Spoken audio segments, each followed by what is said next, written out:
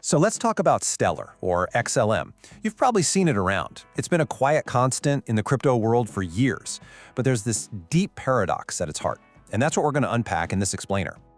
Okay, let's just start with this quote right here, because it hits at the very core of the XLM paradox. If XLM ever makes you rich, it probably means Stellar failed at what it was built to do. Wow. I mean, that just flies in the face of the whole get-rich-quick dream that drives so much of crypto, right? The idea here is that Stellar's success, it's measured by its usefulness, not its price. If it actually works the way it's supposed to, it's not going to create overnight millionaires. And get this, that's a feature, not a bug. And that right there, that leads us to a pretty uncomfortable truth about Stellar. If you really want to get what this project is about, you have to look past all the usual hype, the talk of disruption and revolution that defines so much of the crypto space. Think about this for a second. Stellar wasn't built to disrupt banks. It was built to connect them. That's a huge distinction. While so many other crypto projects are out there trying to, burn the old system to the ground, Stellar was designed to improve it from the inside out. It's a tool for evolution, not a weapon for revolution.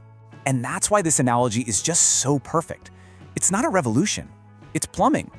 Financial plumbing. Stellar is that invisible infrastructure that just lets money flow seamlessly from one country to another. It's like the pipes in your house.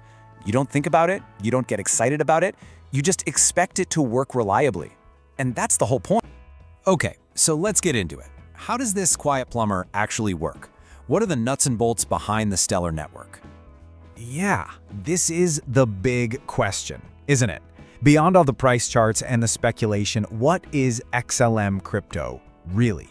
What's its job? Well, XLM, or lumens as they're also called, is what's known as a utility token. The simplest way to think about it is like the fuel that powers the Stellar network. It's not really designed to be a store of value like Bitcoin. Instead, its main job is to pay for these tiny transaction fees, and that's what keeps the whole system running smoothly and stops people from spamming it. This focus on utility, it's just baked into Stellar's DNA. And the network itself is just built for pure efficiency. You see, it doesn't use that super energy-intensive proof-of-work mining that you hear about with Bitcoin. Nope, it uses a totally different system to get transactions confirmed in just a few seconds. And the fees? We're talking fractions of a cent.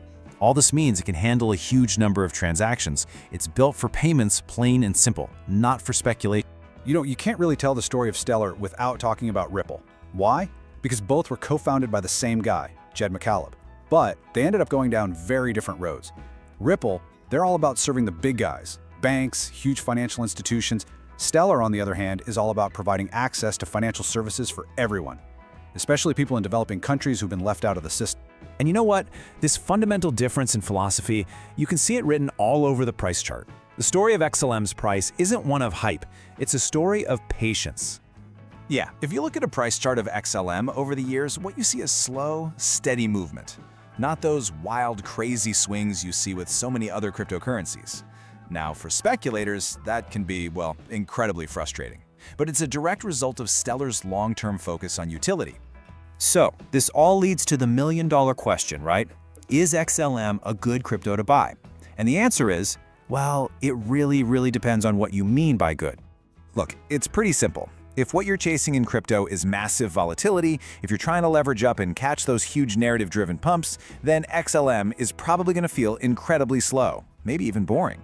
But if you're interested in getting exposure to an actual real-world payment system, then suddenly Stellar becomes a very interesting project. See, there's a big difference between exciting and interesting, and XLM lives right in that sweet spot. So that brings us to what's next for Stellar. And its future is being built on a foundation of real experiments, not just empty hype. And here's some of that uncomfortable math we talked about. XLM has a really large supply of tokens, and what that means is that its price is driven by adoption, not by scarcity. For the value of XLM to go up in any significant way, it needs to be used by millions and millions of people. And that, my friends, is a slow, steady, and difficult process. But here's the thing, this is exactly where Stellar is starting to make a real-world impact. It's being used as the backbone for stablecoins, digital dollars. It's being used in pilot programs with actual institutions. It's making it possible to tokenize real-world assets, and maybe most importantly, it's making remittances, sending money home across borders, way cheaper and faster. These aren't just ideas on a whiteboard, this is happening right now. So, the future of XLM. It's a background future. Success for Stellar won't be some big, flashy event. It's going to be a slow, quiet integration into the global financial system. It's the kind of thing where one day you just wake up and realize it's everywhere, quietly and reliably moving money around the world without you even noticing. And that brings us right back to where we started, to that final tension at the very heart of Stellar. XLM is truly caught between two worlds. On one hand, it's too practical, too useful for the crypto hype machine. But on the other, it's still too much of a crypto thing for traditional finance to fully embrace. It lives in this uncomfortable but absolutely essential middle ground where real, lasting infrastructure gets built. And so this is the ultimate question we have to ask ourselves. Is XLM an investment story? Or is it a technology story that investors just keep trying to force into a box it was never meant to fit in? That's not something a price chart can tell you. Not yet, anyway. Whether the patience of its supporters will be rewarded, that's a question that only time and adoption can answer. The future of Stellar isn't going to be written in price charts. It's going to be written in the real-world use of its technology.